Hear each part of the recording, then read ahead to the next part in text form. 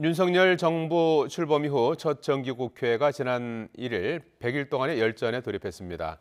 여야 모두 민생을 앞세우고 있는데 정작 그 해법을 놓고는 이견이 뚜렷해서 치열한 입법 전쟁이 예상됩니다. 정유진 기자입니다.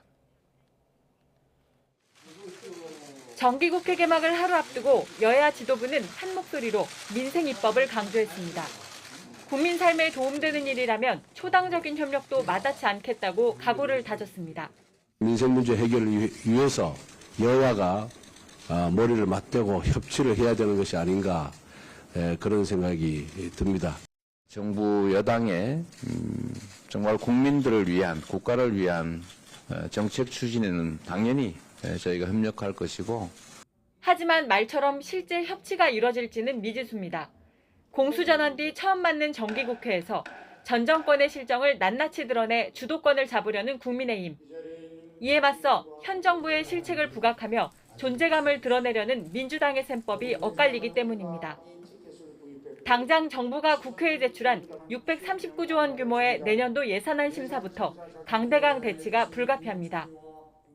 정부 여당은 녹록하지 않은 경제 상황을 고려해 허리띠를 졸라매는 건전재정 노선을 고수하는 반면 오로지 국가와 민생, 미래를 위한 정부의 재정운용 정상화에 적극 협조해 주시기를 바랍니다.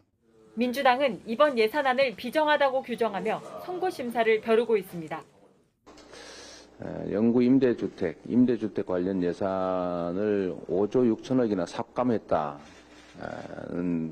안을 보고 참으로 아까 말씀드렸던 대로 비정하다.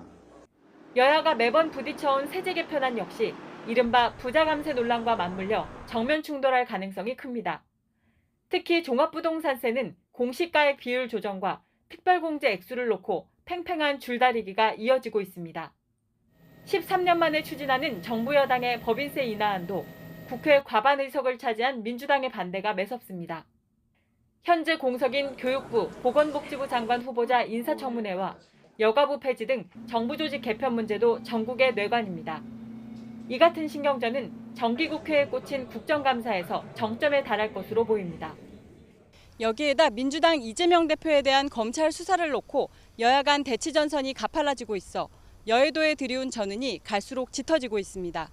YTN 정유진입니다.